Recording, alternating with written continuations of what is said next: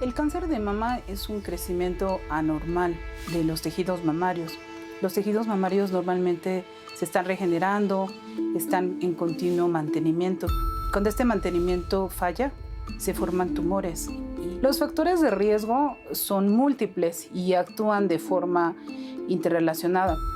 El más importante nosotros lo vemos en relación a los estrógenos, en las cuales las pacientes de forma externa reciben más estrógeno del que produce su cuerpo de forma normal. Eso nos puede favorecer transformación anormal de nuestras células.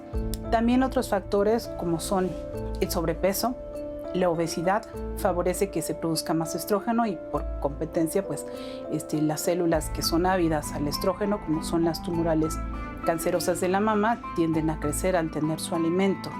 También si en nuestra familia alguien padeció cáncer, puede haber ese factor hereditario. También el tabaquismo es un factor predisponente. El uso pues, de drogas, desafortunadamente el cuerpo se dedica a desintoxicar la sustancia y deja a un lado la reparación. Entonces las situaciones también de inmunosupresión, pacientes que padecen enfermedades autoinmunes y bueno, mujeres que ya han padecido cáncer de otro tipo, cáncer de tiroides, cáncer de páncreas, cáncer cervicuterino, también van a tener predisposición a tener un segundo cáncer. El panorama en México para el cáncer de mama tiene dos puntos de vista importantes. Afortunadamente la atención es más pronta y al ser más pronta los resultados son mejores. Sin embargo, nosotros por tema de herencia genética tenemos un comportamiento dual y en México se observa 2 picos de incidencia del cáncer de mama en mujeres jóvenes y en mujeres mayores de 56 años. Al parecer, la juventud o el estado saludable de la paciente pudiera ser un factor favorable para que el tumor tuviese un comportamiento más violento o más agresivo. De ahí la importancia de las campañas de detección. Entonces, no es solamente la exploración es parte importante, pero también la realización de los estudios, como es el ultrasonido, la mastografía, en algunos casos la resonancia. Entonces, oportunidades y momentos para reencontrarnos con nuestra salud y para identificar problemas hay muchos, hay que buscarlos. Hola, bienvenidos a Diálogos en Confianza. Gracias por estar con nosotros. Estamos en octubre rosa, y es momento de hablar de cáncer de mama. Pero a mí, yo les digo siempre, no nada más en octubre, sino que hay que hablar de cáncer de mama todo el tiempo, porque es un cáncer muy relevante, muy prevalente y que tristemente, como acabamos de ver ahorita en la cápsula, se diagnostica tardíamente. Entonces los invito para que creamos conciencia sobre esta terrible enfermedad y sobre todo, como se dijo en la cápsula, detectarla a tiempo salva muchas vidas. Pero para esto requerimos de ustedes, la población general. Si nosotros no buscamos este cáncer como sociedad, es más difícil que lo vayamos a encontrar. Entonces, es un esfuerzo combinado entre la fuerza en salud y la fuerza de la población. Hagamos conciencia, vamos a pegarle al cáncer de mama. Estoy muy contento de estar con ustedes. Está con nosotros el día de hoy nuestras intérpretes de lengua de señas. Le doy las gracias a Magdalena Alejo y a Lía Vadillo. Y Citlali, ¿cómo estás? Pepe, pues muy contenta de estar contigo sumando este esfuerzo y sobre todo, como bien lo mencionas, hacer conciencia en las mujeres y en las personas en general, porque aunque el cáncer de mama afecta y se ven más estadísticas en las mujeres, pues también hay hombres que pueden tener cáncer de mama. Es octubre rosa, como ha dicho Pepe. Vengan a dialogar en confianza, cuéntenos sus experiencias. Si han tenido alguna persona, familiar, amiga, amigo, conocido, pues compartan este programa porque estoy segura que va a alcanzar muchas vidas y por supuesto estoy aquí lista para ser la voz que trae la suya al foro con nuestras especialistas esta mañana. Aprovechen porque vienen de todos lados, de los mejores lados a atenderle a usted. Recuerde que estamos transmitiendo completamente en vivo en Facebook, en YouTube, que tenemos nuestras redes sociales en X, en Instagram. Es decir, no hay forma de que usted no nos acompañe esta mañana al Santuario del Conocimiento que se llama Diálogos en Confianza. Pues mi Pepe, yo ya estoy listísima. Perfecto. Y recuerden también que tenemos nuestra aplicación 11 más. Ahí están todos nuestros programas. Si tú quieres regresarte a ver alguno de nuestros programas, ahí están todos guardados. Bájala y estamos conscientes que no todo el mundo tiene un buen rato para sentarse a ver la televisión ahorita o verlo en su teléfono, pero lo pueden ir viendo en segmentos y a cualquier persona que le interese le puedes compartir este programa. Te voy a presentar a los invitados que nos acompañan, las invitadas que nos acompañan el día de hoy. Maestra Sofía Saba, bienvenida. Muchas gracias, Pepe. Especialista en rehabilitación postquirúrgica de cáncer de mama de la Fundación Salvati. Doctora María de la Luz García Tinoco, bienvenida. Muchas gracias y un placer estar aquí con todos ustedes. Ella es coordinadora de programas médicos de la División de Atención Oncológica en Adultos del Instituto Mexicano del Seguro Social. Doctora Claudia Nayeli Cruz Gómez, bienvenida. Hola, Pepe, muchas gracias. Psiquiatra de la Comisión Nacional de Salud Mental y Adicciones, CONASAMA. Y le damos la bienvenida también a la doctora Claudia Aide Arce Salinas. Bienvenida. Gracias. Oncóloga médica y jefa del Departamento de Oncología Médica del Instituto Nacional de Cancerología. Doctoras, gracias por estar aquí con nosotros. Mi primera pregunta es, ¿cómo estamos en números en nuestro país? ¿Cómo estamos comparados con hace algunos años? ¿En qué estamos? ¿Quién quiera decir? Sí, bueno, pues ya hemos tenido ya varios años. De hecho, pues ya desde el 2006 el cáncer de mama en México se ha convertido en el principal tumor en la mujer, que provoca casi más de una cuarta parte de los cánceres en la mujer, un 27% según las estimaciones que se realizan. Pero también la mortalidad pues es un segundo lugar, que es la estimación que se lleva en nuestro país. Sí vemos, pues es un problema de salud a nivel mundial, pero nuestro país no se queda atrás y está muy acorde a lo que vemos. Cada vez hay estrategias que tratan de implementarse para una detección oportuna y también disminuir los factores de riesgo, pero seguimos luchando para que esto pueda ser cada vez mediante políticas públicas, pues una enfermedad que se detecte cada vez más a tiempo y eliminar esos factores de riesgo. Es por eso decía yo al principio del programa la importancia de que la población haga conciencia y checarse, porque pueden estar implementados por salud todo lo listo para atender o diagnosticar tempranamente, pero si la persona no va, estamos perdidos. ¿Cómo estamos en números en México comparados con otros países y hemos mejorado en el país? Bueno, hay dos cosas. El cáncer de mama, lo ideal en el mundo, lo que se recomienda es hacer un tamizaje, es decir, diagnosticar el cáncer antes de que haya síntomas. Lo que se recomienda para hacer ese tamizaje es una mastografía que debemos de hacernos de forma anual a partir de los 40 años. Lo voy a repetir ahí y ahorita retomo la palabra. Tienes 40 años, hazte una mastografía cada año. Punto. Ese es, yo creo que el mensaje más clave del día de hoy. Perdón, doctora. No, pero ¿cuál es el reto que tenemos para que lleguemos a esa meta? El reto es de que a veces no hay mastógrafos suficientes en el país. Ese es un reto. El segundo es de que no hay radiólogos especialistas en mama que nos puedan ayudar a leer de esas mastografías y que uno tenga la certeza de que si nos están diciendo que una mastografía es normal, pues yo esté tranquila sabiendo que realmente mi exploración es normal. El otro reto es que no hay un lugar en donde la paciente pueda acudir si es que la mastografía es anormal. El resultado de una mastografía normal está acompañado de estudios complementarios, como comentaron en la cápsula, una resonancia magnética o un ultrasonido y una biopsia. Pero si yo no tengo identificado a dónde tengo que acudir para hacerme esa biopsia, pues ahí hay retrasos en el diagnóstico y ese es algo donde tenemos que acortar esa brecha.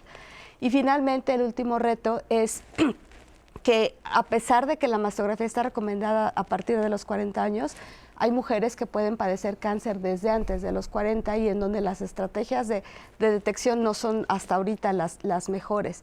Entonces hay muchas áreas de oportunidad que, como dijo Luz, desde el punto de vista de salud pública a nosotros nos toca pues atacarlas y tratar de minimizarlas. Sin embargo, ya para terminar, lo que recomienda la Organización Mundial de la Salud es que cuando tenemos tantos retos en el tamizaje, lo ideal entonces es enfocarnos a hacer un diagnóstico temprano, para que cuando yo me toque una bolita, en menos de 30 días tenga el diagnóstico y en menos de esos 30 días yo ya pueda empezar el tratamiento que requiero, ya sea cirugía, quimioterapia o lo que sea, para poder acortar justamente la probabilidad de que yo muera por esa enfermedad. Entonces, para recalcar, mientras más temprano te diagnostiques, mejor va a ser tu pronóstico. Regreso otra vez, les insisto en la pregunta, ¿cómo andamos de números en nuestro país y comparado con años anteriores u otros países? En números, ahorita actualmente hay más de 30,000 casos diagnosticados por cáncer de mama en mujeres. Y de esos 30,000 casos, más o menos una cuarta parte de ellos va a fallecer, desafortunadamente, por un diagnóstico tardío de la enfermedad.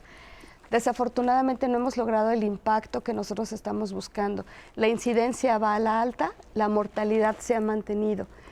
¿Cómo nos comparamos? Pues en otros países como en Europa o Estados Unidos, desde hace más de 20 años la mortalidad por cáncer de mama ha disminuido. No se ha modificado la incidencia, o sea, los casos nuevos se siguen documentando, pero sí se ha logrado disminuir de forma muy significativa la mortalidad. Ahora, ¿por qué aumenta la incidencia, doctora? Hay muchos factores de riesgo, justamente en México algo que contribuye mucho es la obesidad.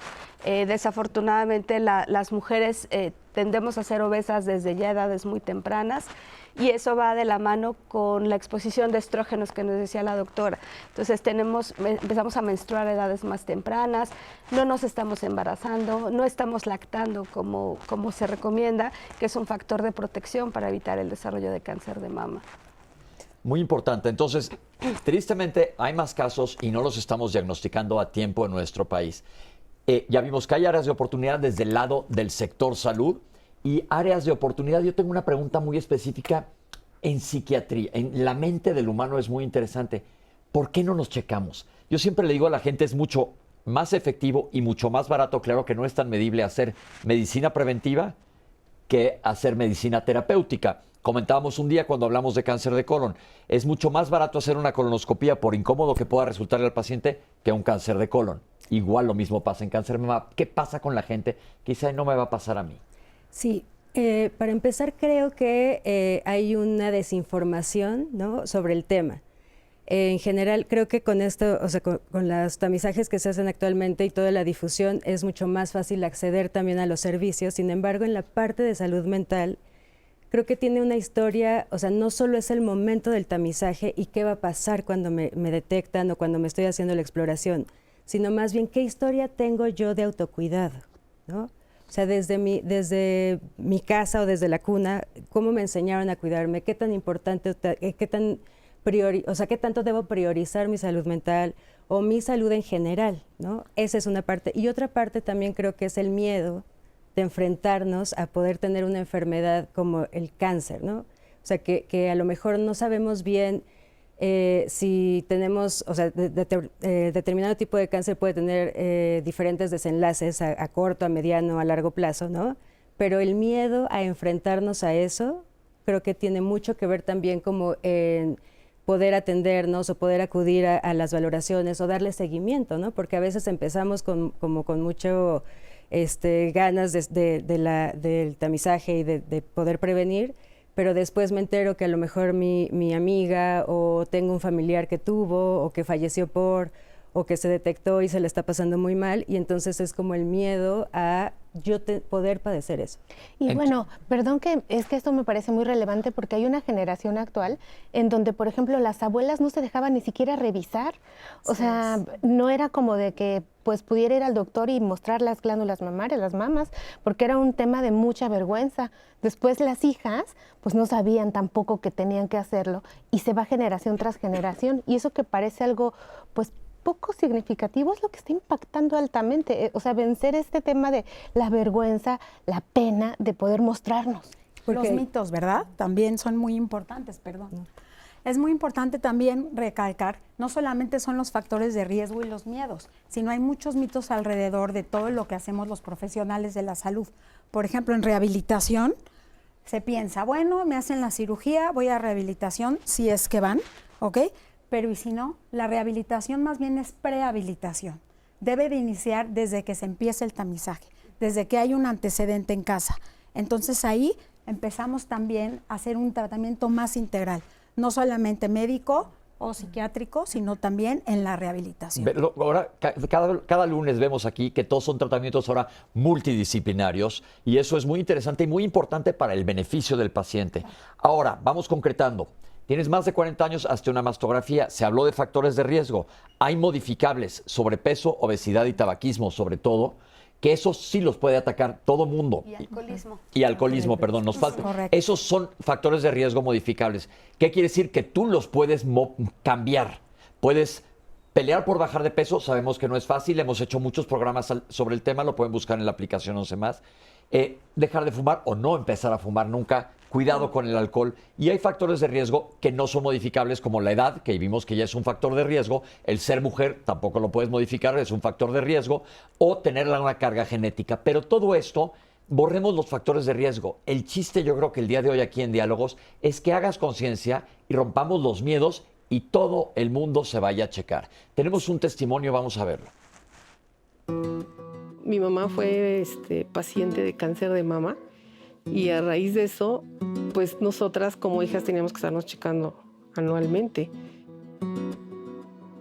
El año pasado me tocaba en agosto mi mastografía. Tuve un problema con mi niña y no me la pude hacer y me la hice en diciembre. Cuando yo voy a diciembre a hacerme la mastografía y el ultrasonido, pues me dicen que todo estaba bien. Y en abril decido hacerme un ultrasonido. Dije, me hago el ultrasonido, pues si me dicen que igual todo es normal, ya es normal. Pero en abril me sale un VIR4 y me dicen que tenía que hacer una biopsia. Y cuando yo llego a recoger los resultados, porque los mandaron de urgencia, pues me dicen que sí, que tenía un carcinoma ductal in situ. Llego a siglo XXI, me dice, ¿sabes qué? Sí se necesita la cirugía. Y ahí decidieron que pues tenían que retirar toda la mama. A mí me operaron el 17 de julio, que fue un miércoles. Estuve todo el miércoles en la tarde y jueves.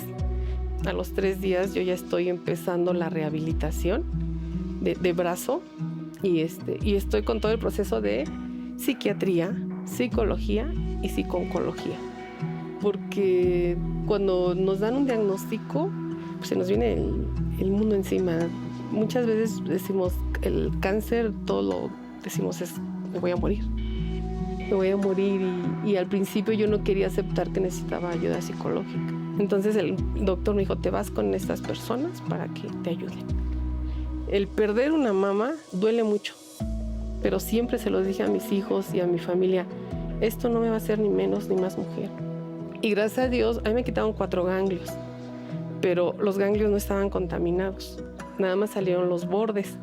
Entonces, pues eso es una super noticia porque no había hecho metástasis en otra parte del cuerpo, ¿no?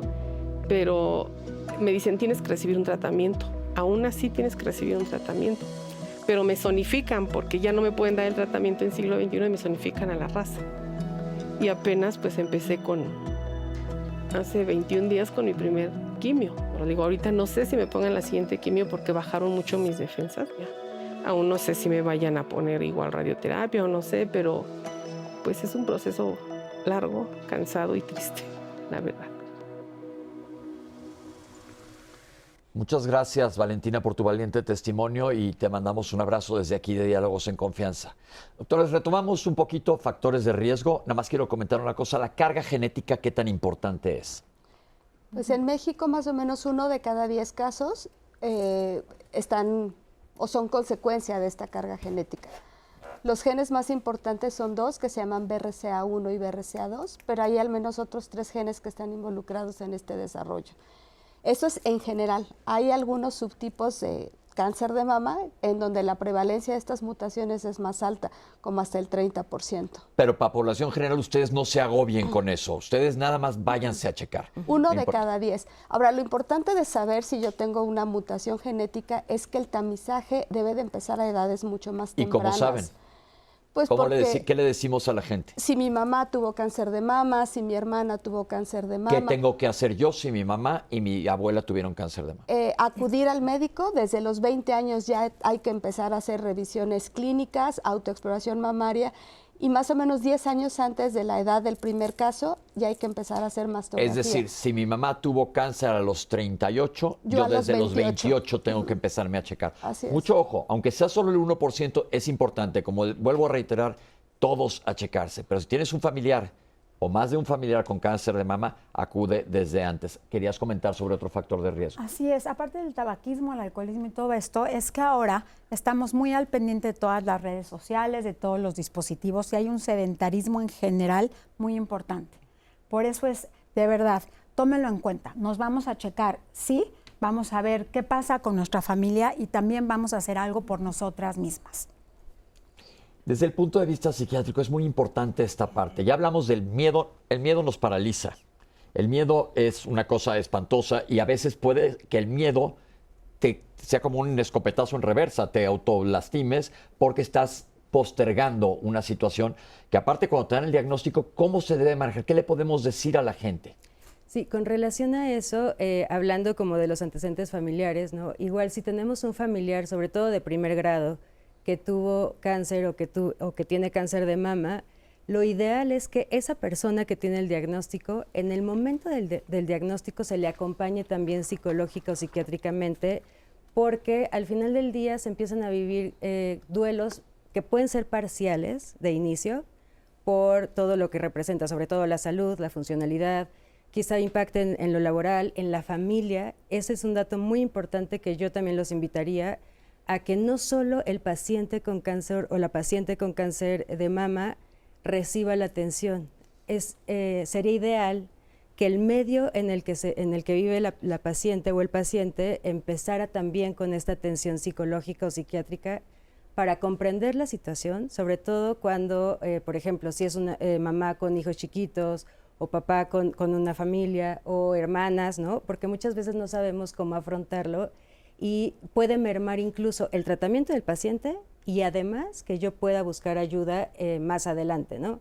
Entonces, esa sería mi sugerencia. O sea, sí es complicado, sí puede generar miedo, por supuesto, puede ser un impacto muy fuerte emocionalmente, puede generarnos tristeza, podemos incluso deprimirnos, porque una paciente de cada 4 con cáncer de mama pueden presentar un trastorno depresivo durante el diagnóstico y la atención. Entonces hay que atender esta parte, es muy importante. Desde antes, ¿no? O sea, desde que se llegue el diagnóstico, empezar con la atención, de preferencia que impacte también al núcleo familiar, para que desde entonces ellos empiecen a ser conscientes de esto y que podamos prepararlos para que después ellos puedan también buscar ese autocuidado. Perfecto. Citlali, ¿qué nos dice la gente? Bueno, pues tenemos una audiencia muy participativa, doctoras. Les pido su ayuda para que resolvamos las dudas. Elisa Reyes les dice, buenos días, las hermanas de su papá murieron de cáncer de mama. La misma carga genética la tiene ella si son de línea paterna que de línea materna. Sí, hay que recordar que nuestro genoma está integrado 50% de genes de mamá y 50% de genes de papá. Entonces tenemos la misma probabilidad si viene de la línea materna o de la línea paterna. Muchas gracias. Alba Monroy les pregunta qué cuidados deben de tener las mujeres que tienen implantes mamarios, ya que cortan ganglios. ¿El riesgo de cáncer es el mismo que tiene una mujer que no tiene implantes? ¿O una persona que no tiene implantes? El riesgo es el mismo, pero ahora en la colocación de implantes no se cortan los ganglios. De hecho, hay que ver cómo está colocado el implante, si por detrás del músculo, por delante del músculo, para ver si la paciente es candidata a hacerse mastografías como parte del tamizaje o requiere algún otro método diagnóstico. ¿Ni aumenta ni disminuye el riesgo? No, no. Muchas gracias. Dificulta a veces la vigilancia, nada más. Gracias. Esperanza Gutiérrez dice que el maltrato y la discriminación que sufren las mujeres por parte del sistema de salud público, pues hacen una barrera para acceder a estos servicios que son preventivos. Nos dice, descalifican, culpan, no toman en serio, y eso es violencia. Al hacer las pruebas y tomar las muestras, hay gritos, entre otras cosas. Sin profesionales con ética que respeten a las mujeres, muchas seguiremos enfermando y muriendo. Es lo que dices, Esperanza. ¿Algún comentario? Sí, pues aquí algo muy importante es que en realidad lo que se busca es que todas las mujeres mexicanas, sin excepción, tengan acceso a estos programas de tamizaje, porque como ya vimos, la detección oportuna es lo que más nos va a llevar a una mejor supervivencia, calidad de vida, a tratamientos menos radicales, y esto es lo que nosotros buscamos, que ninguna mujer sea discriminada. Quizá pensemos, ¿no? Muchas veces la falta de acceso es por cuestiones económicas, por falta de presupuesto, pero no es así. Pero todo esto se tiene que alinear y ahora con las estrategias que se buscan de la universalización de los sistemas de salud, donde todos tengamos las mismas oportunidades, pues también todos participemos. A veces esta es una de las situaciones que es muy lamentable. Muchas otras veces es parte también de la población, como ya los veíamos, ¿no? Los tabús, el miedo, el que, ay, ¿qué tal si me detectan alguna lesión? ¿Cómo le voy a hacer? Algo que mencionábamos, muchas de las mujeres con cáncer de mama son jefas de familia.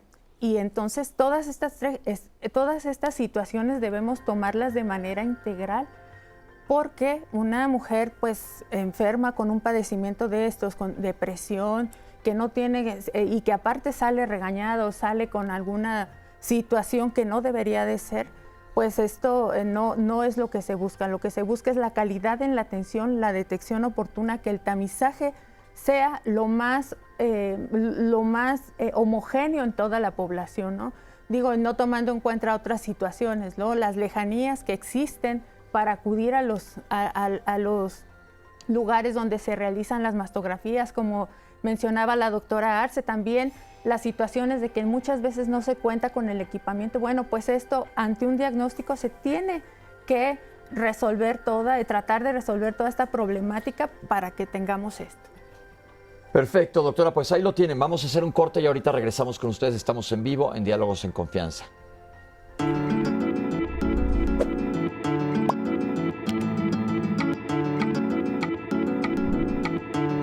La Organización Mundial de la Salud designó el 19 de octubre como el Día Mundial de la Lucha contra el Cáncer de Mama para concientizar a la población sobre esta enfermedad. Entre más temprano se detecte, mayores son las posibilidades de que los tratamientos tengan éxito. Instituto Nacional de las Mujeres. Y estamos de regreso completamente en vivo aquí en el 11, en Diálogos en Confianza, en un lunes, los lunes que tanto nos gustan, que son lunes saludables. Y por si usted va aprendiendo la televisión, se va agregando a nuestras redes sociales, le quiero recordar que el tema que estamos conversando esta mañana es sobre cáncer de mama. Por supuesto el contexto, pero nos vamos a orientar después de una cirugía por cáncer de mama. ¿Qué sucede? Le agradezco la participación amplia que están teniendo esta mañana, en su mayoría las mujeres que se están uniendo a esta conversación, que están interesadas en su salud y que cada vez quieren ser más poderosas, y sobre todo, gracias por ese voto de confianza de venir a contarnos cosas tan íntimas que le están sucediendo a usted o a su familia. Voy a pasar a los comentarios. Tenemos a Araceli Verona Piña, que dice que su tía materna falleció de cáncer de mama ya hace varios años. Gracias, Araceli, como siempre, por venir a conversar con nosotros. Tenemos también aquí a Pilar Solano Urbán, que les pregunta, ¿hay riesgo si se realiza una segunda mastografía a los 10 meses por haber detectado un quiste complicado negativo? No, usualmente no hay riesgos. Actualmente los mastógrafos, la cantidad de radiación que liberan es mínima y la probabilidad de hacer un tumor por esta radiación es extremadamente bajo. Y al final, si se requiere el estudio para poder tener un diagnóstico, creo que vale la pena ese riesgo-beneficio. Gracias, doctora. También, bueno, hay muchas personas que les saludan desde el interior de la República Mexicana, Puebla, Tlaxcala, Ixtapaluca, Estado de México, bueno, y les dicen que muchas gracias por hacer esta labor de difusión y de información. También tenemos el comentario de Mónica Jiménez, que dice que es importantísimo el tema, y también a Yamila González Cruz. Ella nos dice que es sobreviviente de cáncer de mama y que sabemos que el cáncer no tiene palabra y no tiene honor. Reincide. ¿Cuál es el porcentaje de reincidencia? ¿Qué tipos de cánceres son los más comunes que padecen posteriormente a un cáncer de mama? ¿Y qué estudios y cada cuánto se deben hacer las mujeres para descartar algún otro tipo de cáncer? Bueno, la posibilidad de que regrese el cáncer o reincida, como lo dice ella, depende del tamaño del tumor al momento de que se diagnosticó, depende si tuvo ganglios o no. Eso incrementa la posibilidad de que regrese o no la enfermedad y depende del tipo de cáncer al que nos estemos enfrentando. Usualmente los tumores que crecen por hormonas, como la primera cápsula, son los tumores en donde pueden regresar inclusive muchos años después, hasta 20 o 30 años después. Entonces, lo que tiene que hacer la mujer es seguir en consulta, seguir en revisiones clínicas, seguirse haciendo una mastografía. Ahora, una paciente que tuvo cáncer desafortunadamente puede hacer otro tumor, que eso nosotros lo llamamos segundo tumor. Y la otra mama también se puede enfermar con un nuevo cáncer de mama. Entonces, para eso es para lo que se requiere la mastografía de control. Si la mujer tiene algún gen que la predisponga a desarrollar cáncer, puede desarrollar también cáncer de ovario, cáncer de endometrio, cáncer de páncreas. Por eso es importante mantener la vigilancia clínica. Sí, aquí algo también muy importante que hay que tomar es que pues una paciente que tiene ya un diagnóstico debe de tratarse de manera oportuna.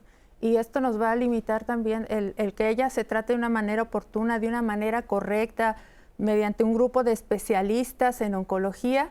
Todo esto va a dar mejores resultados. Como ya comentó la doctora, las características clínicas siempre son muy importantes, pero sí el estar informados y el diagnosticar a tiempo, como veíamos, es la pauta para tener una menor etapa de inicio y que esto nos pueda llevar a mejores resultados, ¿no? Con menores recurrencias. Mari Martínez les dice, ¿qué tan cierto es que con una radiografía del pecho se puede detectar el cáncer de mama? No. ¿Alguien le explica por qué no? No, bueno, la radiografía del pecho justamente está enfocada más hacia los pulmones, no se enfoca al tejido mamario. El estudio que evalúa el tejido mamario pues es una mamografía. Muchas gracias, doctora. También tenemos la llamada de Carmen Arias. Tiene 54 años y es de Ciudad de México. Se realizó la mastografía el 28 de diciembre del 23 en el IMSS. En dicha institución no le dieron la interpretación de los resultados, pero y por eso fue a un médico particular. Y no la recibieron por estar membretada. Pero en los estudios dice que todo salió muy bien, solo había una pequeña bolita. Recientemente se realizó un ultrasonido y dicha bolita ya desapareció. Tiene antecedentes en la familia por cáncer. Su pregunta ¿es malo hacerse una mastografía antes de cumplirse el año de haberse realizado otra? ¿Y cuándo está indicado hacerse un ultrasonido? ¿En qué se diferencian cada uno de los dos? Bueno, aquí algo muy importante, bueno, hablando del IMSS, que es la institución en donde yo trabajo, muchas mujeres se realizan estudios fuera pues, de la institución. Sin embargo, esto no quiere decir que si yo acudo a la institución a una valoración tenga que rechazarse ese estudio si es un estudio que se documenta, es de buena calidad. Si es un estudio que me sirve para leerlo y que yo en realidad veo que es un estudio de buena calidad, no tengo por qué repetir un estudio solamente porque sea institucional. Esto cada vez es menos, pero también se intenta que todas las mujeres estudien en el instituto. Una de las situaciones, como ya veíamos que comentaba la doctora, pues no es necesario. El ultrasonido, si bien en el tamizaje, que es aquella situación en donde una mujer se realiza un estudio, pero no tiene ningún síntoma, es decir, no tiene bolitas, no tiene secreciones, no tiene datos clínicos que esto pueda ser un cáncer, es una mujer prácticamente sana, se hace ese estudio para detectar una lesión que todavía no da síntomas. Aquí lo que se tiene que hacer, bueno, pues es una mastografía, pero si por alguna situación como una densidad mamaria, es decir, que el tejido mamario no pueda ser evaluado mediante esa mastografía, se puede, como ya también inicialmente comentaba la doctora Arce, se puede hacer un estudio complementario. Muchas veces un ultrasonido que nos va a determinar si esa densidad que pudiera estar allí, alguna lesión oculta y que no se puede ver por la mastografía, pues nos pueda definir mejor eso, o una resonancia magnética, que estas son las situaciones por las cuales se puede hacer estos estudios. O igual, como comentaba también ya previamente, aquellas pacientes que tienen alguna prótesis y que nos hace difícil evaluar mediante solamente una mastografía. Y también, doctora, pues se complementa un poco con la pregunta a nivel institucional de las mujeres adultas mayores, que dicen que ya les dijeron que por tener 70 ya no se deben de hacer la mastografía. ¿Hasta qué edad una mujer debe hacerse una mastografía? Bueno, el tamizaje efectivamente pues se documenta o se realiza hasta los 70 años. Sin embargo, es muy importante, como veíamos, conforme pasa la edad, pues también el riesgo es mucho mayor, pero ¿qué tanto el riesgo puede estar implicado en donde pues yo ya tengo algunos factores de riesgo asociados familiares con cáncer de mama? Entonces aquí pues es importante que el médico evalúe, no tanto como una población en general que entre dentro de un tamizaje, pero sí de una manera personalizada para continuar con esos estudios de tamizaje en esa población. Sobre todo, doctora, que también ya hemos avanzado en la esperanza de vida, ¿no? Así es. Entonces ya no hay un fallecimiento a los 70, a los 65, ya, primero Dios, vamos a vivir todas hasta 90 y más. Sí, es lo que iba a decir. o sea, la idea del tamizaje es evitar que uno muera por esa enfermedad. Entonces, el cortarla a los 70 era porque nuestra esperanza de vida eran 75 años y entonces yo ya no iba a evitar la muerte de esas pacientes. Pero al final, ahora que estamos prolongando la esperanza de vida, pues también nuestras opciones de diagnóstico temprano tienen que ir cambiando. Doctor. Y con relación a esta pregunta que nos hacen, que creo que también es recurrente, ¿no? A mí me gustaría mencionar que muchas veces se acompaña la angustia, obviamente, ¿no? Del diagnóstico y de no tener claro que a lo mejor esa lesión, eso no es grave, ¿no? Entonces, mi sugerencia ahí sería preguntar, o sea, preguntar hasta que se cansen, porque los médicos estamos obligados a responder y a contener y a resolver todas las dudas que tengan nuestros pacientes, justo para evitar a lo mejor gastos innecesarios o a lo mejor para evitar que busquen una segunda opinión cuando son recursos que podrían estar utilizando en otras cosas, ¿no? Pero Entonces, se enoja el doctor si le pregunto. y en ese sentido, o sea, Dice que ya me explicó. Sí, pero ahí deben de poderse quejar, ¿eh? Claro. Ahí Claro. tienes todo el derecho de ser tratado como un ser humano, punto. Si alguien te trata mal, quéjate, no te dejes, punto. Ve y quéjate. Yo creo que eso tiene que ser para todo mundo, en todos los aspectos, no nada más en salud, en todos. Claro, pues Así más mi es. obligación como médico es que la paciente entienda lo que yo le estoy Exacto. explicando. y que se quede lo Entonces, más tranquila posible, claro. porque eso sí puede repercutir en la salud mental, en la salud física por el estrés que puede generarle y en la economía de la familia entera, ¿no? Entonces, mi sugerencia en ese sentido es, o sea, tengo duda de que eso sea bueno o malo, ¿por qué me tengo que hacer el estudio en un año o en medio año? Voy, pregunto hasta que me canse o hasta que quede claro lo que yo tengo la duda en ese momento. Y si no me siento conforme o cómoda, siempre tengo la opción de buscar a alguien más en la misma institución o pedir o meter una queja porque no fue suficiente la información o porque el trato no fue digno, etcétera, ¿no? O sea, porque en este sentido, esto sí creo que respecto a la salud mental puede impactar de manera muy positiva o negativa. Muchas gracias por mencionarlo, doctora, porque a propósito tenemos una gran cantidad de mujeres que nos están escribiendo sobre una segunda opinión, que fueron valoradas quizás a nivel institucional, no quedaron contentas y quieren una segunda opinión. Pero tienen una cosa en su contra, que es el doctor no me dio mis estudios y cuando voy quieren que me vuelva a hacer todo nuevamente y eso la verdad que me está siendo un martirio. Al respecto, podemos ahorita todavía pegarnos al INAI, ¿no? O sea, porque el paciente es el dueño del expediente clínico.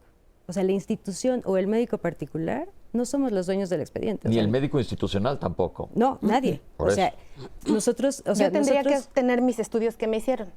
si los quiero, o sea, se resguarda en la institución o en el consultorio del médico particular, pero me pertenece esa información. Entonces, si yo requiero los estudios para no hacer un segundo gasto o para no invertir más o perder más tiempo o lo que sea, la institución y el médico están obligados a darme esa información porque es mía. Entonces, Perfecto. hay Claro. medios legales, ¿no?, donde puedo meter un INAI y solicitar mi expediente y están obligados a dármelo. Entonces, eso no debería ser un tema y todos tenemos el derecho a obtener esa información. Perfecto. Vamos a seguir con la cápsula que sigue, que nos habla de tratamiento quirúrgico. Aquí la tienen. El tratamiento quirúrgico en el cáncer de mama lo podemos dividir en tratamiento conservador y tratamiento radical. Es parte fundamental del manejo. De forma clásica, de forma tradicional, el tratamiento quirúrgico consiste en retirar la mama y los ganglios.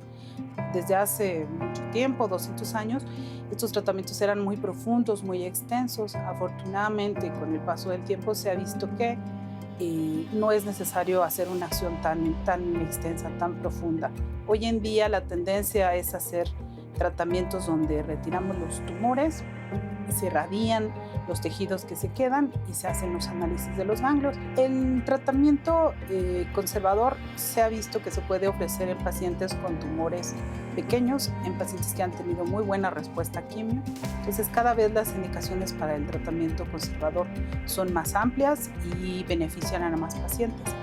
Esto también nos da una gran ventaja de que al ser tratamientos menos invasivos, la rehabilitación y la reintegración de la paciente a sus actividades habituales es más pronta. Esto sí también va a requerir ciertos cuidados, ya que el diagnóstico de cáncer a las pacientes les afecta de forma importante. Entonces tenemos que soportarlas y apoyarlas en todos estos puntos para que tengamos una rehabilitación exitosa. Pero cuando la paciente entiende todas estas situaciones, su tratamiento es exitoso y muchas de ellas pues tenemos la gran fortuna de que toquen la campana, salgan adelante y se curen de este padecimiento y pues la vida sigue. Tratamiento quirúrgico, doctoras, ¿todo mundo es candidato a tratamiento quirúrgico de primera línea o a veces hay que hacer algo anteriormente y a quién sí y a quién no? En general, todas las pacientes que se diagnostican con una etapa temprana, esto es un tumor menos de 2 centímetros y que no tienen ganglios enfermos en la axila, se recomienda un manejo quirúrgico de entrada. El resto de pacientes, es decir, ganglios positivos o tumores mayores de 2 centímetros, se recomienda un tratamiento primero, que generalmente es quimioterapia, para que el tumor se haga chiquito, para que el cirujano pueda hacer una cirugía conservadora, para que pueda hacer un abordaje también más conservador en la axila y se disminuya la morbilidad quirúrgica. Además de que da otros beneficios en términos de ¿Qué quiere decir morbilidad quirúrgica? Que no se le hinche el brazo, que no tenga problemas para moverlo. Uno de los limitantes es la elevación del brazo para que nos ayude a que se reintegre funcionalmente. ¿La rehabilitación va desde antes de la cirugía? Es correcto, hay una ¿Qué se hace? prehabilitación definitivamente desde que recibe el diagnóstico, desde que va a entrar a la cirugía, tenemos que saber qué tipo de cáncer tiene y de ahí empezar a dar los consejos.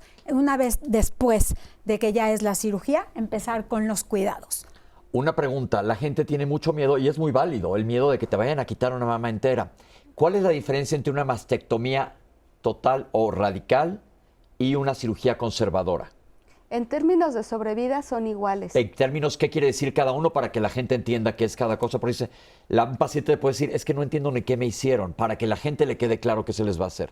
Al final la cirugía, lo que uno busca con la cirugía es que la paciente esté curada de cáncer. Ajá. La posibilidad de curación es la misma si se quita toda la mama que si se hace una cirugía conservadora, siempre y cuando después de cirugía conservadora reciba radioterapia. ¿Qué quiere decir conservadora entonces? Conservadora es que el cirujano quite el pedacito donde estuvo el tumor y se preserve el resto de la mama. ¿Por qué son tan importantes los ganglios? En general, los ganglios son muy importantes siempre, pero cuando hablamos de cáncer, los ganglios son muy importantes. En mama probablemente es de todas las cirugías en donde más suenen. ¿Por qué? Porque definitivamente uno de los racimos más importantes del sistema linfático está en axila, cuello y esternón. Todo esto se lo deben de preguntar ustedes a su médico antes de operarse, que les quede perfectamente claro, que acudan a rehabilitación también desde antes para que sea mucho mejor para ti el tratamiento. Pero como han dicho en este foro varias veces el día de hoy, pregunta todo, que te quede perfectamente claro qué es lo que te van a hacer. Ya se comentó, a veces te dan tratamiento de quimioterapia desde antes. ¿Para qué? Para disminuir el tamaño del tumor y sea más fácil para el cirujano y preservar lo más posible de la mama. Y si no es necesario, no quitar. Siempre se toma un ganglio, ¿verdad? Sí, al menos el ganglio centinela. Ganglio centinela se llama. Me van a preguntar ustedes, ¿qué es eso de ganglio centinela? ¿Nos explican, por favor, qué es eso? Es el primer ganglio que puede enfermarse en caso de cáncer de mama. Y sabemos que si se quita ese ganglio es negativo, es decir, no tiene enfermedad, hay más del 98% de certezas que el resto de ganglios estén limpios y entonces ya no hay que tocarlos. Entonces, recuerden que un tumor crece y puede hacer metástasis de varias maneras, por ganglios linfáticos, por sangre o por continuidad. Por ganglios linfáticos, las células malas se meten al sistema de drenaje, que es el sistema de los ganglios linfáticos, y van y... Iba a decir la palabra infectan, pero no es real que infectan, sino que invaden el ganglio. Entonces, si hay células tumorales en un ganglio, por eso se estudian, para dar tratamiento dependiendo de qué tan avanzado esté. Todo esto, como vuelvo a repetir, y yo sé que soy muy repetitivo aquí, mientras más temprano te diagnostiquen, va a ser mucho mejor. Desde el punto de vista rehabilitación, ¿qué les hacen desde antes? Primero que nada, hay que evaluar a la paciente cómo está de movimientos previamente. Después hay que aconsejar y hay que orientar, porque hay muchos miedos, hay muchos mitos. Voy a volver a cargar a mis hijos, voy a regresar a mis actividades diarias. Entonces, todo esto impacta en que nosotros las orientemos en que sí, van a volver a ser funcionales. Claramente los médicos van a salvar la vida, pero nosotros como rehabilitadoras vamos a regresarlas a la vida. Entonces, tiene que haber una preparación quirúrgica antes de, y tenemos una cápsula que nos platica esto. Acuérdense también, la parte emocional, que yo digo que cuando nosotros éramos chicos todo era el psicólogo, el psiquiatra, ni se mencione, y ahorita decimos que se mencione a gritos. Muy importante, vamos a ver esta cápsula y regresamos con ustedes. Lo que tiene que saber una paciente con cáncer de mama antes de su cirugía es, bueno, son muchas cosas, pero básicamente de las primeras preguntas que nos hacen y que tenemos que responderles es qué tipo de cirugía les vamos a hacer. Si vamos a retirar toda la mama, que esto se llama mastectomía, o si vamos a hacer una cirugía conservadora de mama, en donde solo se retira el área del tumor. Básicamente tiene que ver con la relación mama-tumor, que significa el tamaño del tumor en relación con el tamaño de la mama o si hay más de un tumor. Otros factores que tomamos en cuenta es también la edad de la paciente, el tipo de tumor, si esta paciente puede tener una buena respuesta a una quimioterapia previa a la cirugía, que nos va a hacer que el tumor se reduzca y que eso pueda llevarnos a no tener que retirar toda la mama. Esas son como las cuestiones básicas que tomamos en cuenta para poderle decir a la paciente si ella es candidata a una mastectomía completa o si podemos hacerle preservación mamaria. Todas las pacientes es conveniente que se sometan a una asesoría, a un apoyo psicológico. Nosotros tenemos psico-oncólogos especializados en esa parte porque, bueno, sabemos que es diferente a otra cirugía en donde podemos quitar un órgano interno, ¿no? Quitar una mama, si bien no las hace menos mujeres, y eso es importante que también lo entiendan, no deja de ser un factor social y emocional que les puede afectar. Es importante que la paciente pudiera tener alguna imagen de cómo queda una paciente después de un tipo de cirugía de este tipo, porque para nosotros es el día a día, pero muchas veces ellas, por ejemplo, si les estamos planteando una mastectomía radical, se imaginan que les va a quedar ahí un hoyo, ¿no? Entonces, si nosotros les ayudamos con esquemas, con imágenes, ellas pueden saber cómo esperar que van a quedar. Hay que decirles el tipo de molestias que pueden llegar a tener en su brazo, lo que es normal y lo que sería anormal en los primeros días. Ahora, ya dependiendo del reporte definitivo de patología, ya nosotros podemos hablar con las pacientes de qué sigue en su tratamiento, porque eso es algo que también les inquieta. ¿Me van a dar quimio? ¿Me van a dar radio? ¿Qué sigue? Entonces, todo eso, pero ya teniendo una vez el reporte final de patología, podemos platicar con ellas de qué sigue en su evaluación. Yo creo que la doctora dijo una cosa muy importante en esta cápsula y sabemos que nos ven muchos estudiantes de medicina, muchísimo personal de salud, y esto que voy a comentar es para ustedes. Como dice ella, probablemente para nosotros es lo que vemos al día a día, pero como les decía yo a mis alumnos cuando daba clases en la universidad, ponte en los zapatos del paciente. Para él es su única vez, bendito Dios, ojalá además sea la única, pero para ellos es todo lo que está ocurriendo. Sabemos que hay retos en el sistema de salud, como se comentó al inicio del programa. Un médico tiene que ver 30 pacientes al día. Dice, ¿cómo me doy tiempo para explicarle todo esto? ¿En dónde encontramos este equilibrio? Y yo creo que ahí se puede meter la importancia del equipo multidisciplinario, porque el paciente puede preguntarle al cirujano, al oncólogo, a quien está en rehabilitación y al psiquiatra. ¿Cómo hacemos eso? Sí, cada vez más se está teniendo ese enfoque multidisciplinario mediante clínicas que se instauren dentro pues, de la atención médica, ¿no? Porque es más fácil consensar entre el grupo de expertos cuál va a ser la secuencia de tratamiento. ¿Primero lo opero o primero le doy tratamiento, quimioterapia? ¿O qué es lo que va a hacer? ¿Cuándo le doy radioterapia? ¿Cuál puede ser la mejor estrategia de cirugía? Si es una candidata a cirugía conservadora, es una candidata a mastectomía y después viene también pues a lo mejor la colocación de alguna prótesis. O sea, son muchas cosas que se pueden determinar en una sesión conjunta y cada vez se trata de integrar esas clínicas para que el paciente, en lugar de acudir a diversos servicios, oncología quirúrgica o oncología médica, radioterapia, se integre todo y eso haga la estrategia más fácil, más sencilla y con menor tiempo de espera, que esto obviamente va a impactar en los resultados. Siempre, como ya hemos visto, pues la relación médico-paciente es fundamental, debe de estar bien evaluado el paciente, pero también bien informado, ¿no? Porque cada vez vemos también que ellos se informan, pero el médico debe de corresponder también a esa información, dando la información correcta para que el paciente también en ocasiones determine qué es lo que el paciente pueda tener opciones. Me gustaría invitar a todas las pacientes y a las que aún no somos pacientes en acudir a las clínicas de calidad de vida. En las clínicas de calidad de vida no solamente vamos a dar rehabilitación. ¿Dónde están estas clínicas? En muchos lugares. Por ejemplo, está Fundación Salvati, está FUCAM. Hay muchos lugares donde se trata la calidad de vida de la paciente, de las que aún no son pacientes y de las sobrevivientes. Pero déjame decirte una cosa.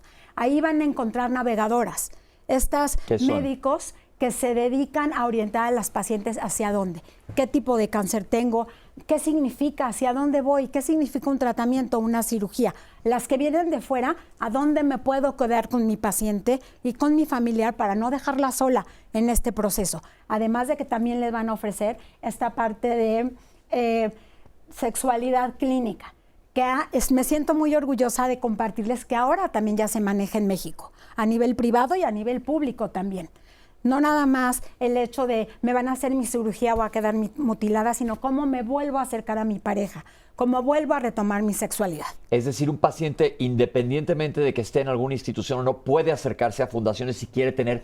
Yo creo que mientras más armas, mejor. Mientras más conocimientos tengas, es muchísimo mejor. ¿Y en estas fundaciones también se da apoyo psicológico y psiquiátrico?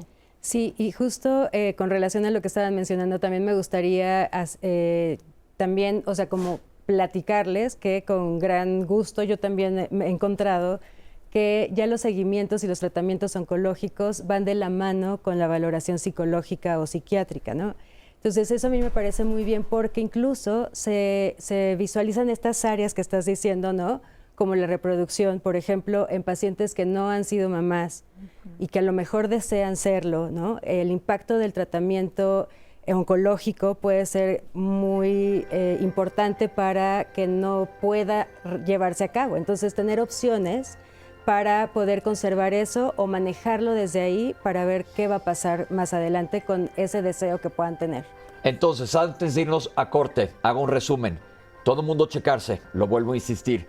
Ya te checaste, sácale toda la información a tus médicos, al equipo multidisciplinario. Acuérdate que eres un ser humano, no eres nada más una mama, eres un ser humano completo. Necesitas quimio, necesitas radio, qué tipo de cirugía, qué son los ganglios. Hay que ver a la gente de rehabilitación, hay que tratar nuestra mente y tratar de estar en paz, no solo tú, sino toda tu familia, para que sea muchísimo mejor para ti. Afortunadamente, desde el punto de vista de salud, se están ampliando los servicios para que sea, como dijo la doctora, multidisciplinario y sea la mejoría, pero requerimos que todo el mundo se cheque, por favor. Vamos a un corte y regresamos con ustedes. Estamos en Diálogos en Confianza.